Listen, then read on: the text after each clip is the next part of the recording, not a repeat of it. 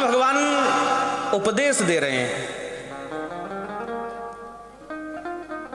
लेकिन युधिष्ठिर जी महाराज की समझ में नहीं आ रहा है, क्योंकि भगवान की उम्र कम है, छोटे हैं। भगवान ने सोचा कि यदि यही उपदेश मैं पितामह भीष्म के द्वारा समझाऊंगा तो जल्दी समझ में आ जाएगा। पांचों पांडवों को लेकर के पितामह भीष्म के पास में पहुंचे। बोले बाबा, ये पांचों पांडव आज राजश्री प्राप्त करके आए हैं, इनको राज्य के बारे में, राजधर्म की परिभाषा बताएं, कैसा राजा को होना चाहिए, कैसे राज्य चलाना चाहिए। पितामह ने कहा कि भैया लाला, तो से बढ़िया मैं उपदेश कौन कर सकता है, लेकिन किसी को आदर देना, किसी को सम्मान देना तो लाला आपसे सीख है। लेकिन आपका आदेश हुआ है तो जरूर मैं कहूंगा। आज पितामह उपदेश दे रहे थे कि दान धर्मान राज धर्मान मोक्ष धर्मान विभाग स्त्री धर्मान भगवत धर्मान समासभ्या संयोगत। महाराज, राजा को बड़ा पराक्रमी होना चाहिए, प्रजा का पालन करने वाला होना चाहिए।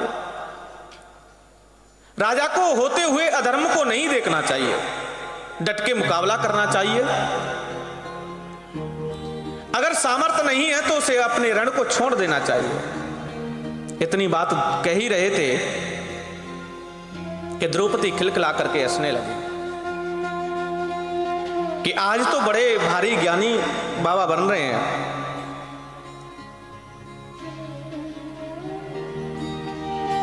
लेकिन पितामह ने कहा कि बेटी तुम्हें हंसी क्यों आई? बोले बाबा बस वैसे ही आ गई।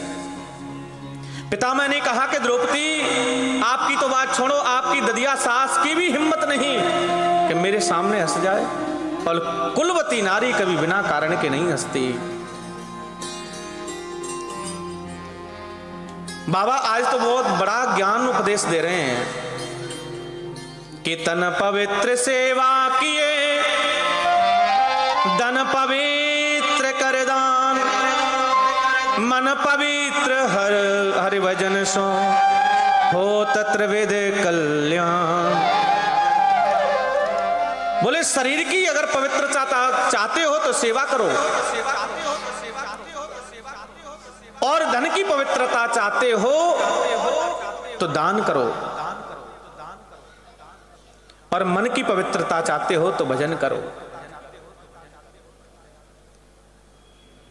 और होते हुए महापाप को कभी मत देखो। बाबा, तो ये उपदेश आपने किया है, तो मेरा भी प्रश्न है कि ये होते हुए महापाप आपने क्यों देखा? दुष्ट दुशासन मेरी साड़ी का स्पर्श करके निर्वस्त्र करना चाह रहा था, तो उस सभा में सबसे पहले आप बैठे थे, और सबसे पहले प्रश्न प्रभु आपसे ही किया था।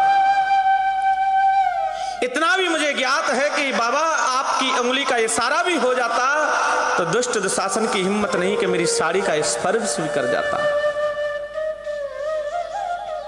पितामह ने कहा कि बेटी, 7 जन्मों की बात याद है, मैंने कभी पाप कर्म नहीं किया, और ये पाप होते हुए महापाप को देखा, इसलिए मैं आज 56 दिन से बाणों की सैया पर बैठा हूं,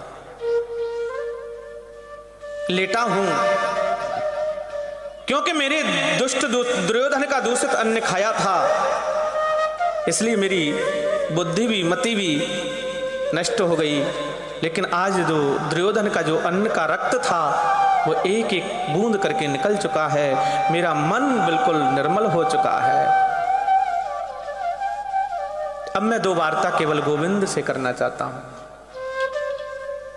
कि इतमत रूप कल्पिताव तृष्णा भगवत सात्पत पुंगवे विभूमि ससुकम पगते क्वचिदो हरतम प्रकृतमुपेयसि यदि भव प्रवाह। आज बड़ी सुंदर बात कहते हैं कि प्रभु मेरी मति रूपी बुद्धि को आपके चरण रूपी पिंजरे में कैद करना चाहता हूं प्रभु। जो आपके चरण रूपी रज का रसवादन हमेशा करती रहे, मेरी बेटी है, उसको मैं समर्पण करना चाहता हूं। और हां गोविंद, उसमें कोई किसी प्रकार की तृष्णा नहीं है।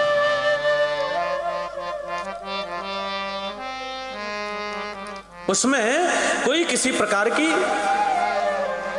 तृष्णा नहीं है, कामना नहीं है, कामना के रहित है, निष्कपट है। आज बड़ी सुंदर बात कह रहे थे कि देहांत काले तुम सामने हो, मुरली बजाते मन को लुभाते, यही गीत गाकर तननाथ त्यागू, गोविंद दामोदर माधवेति। आज गोविंद के चरणों में अपने प्रेम की डोरी को जोड़ा है।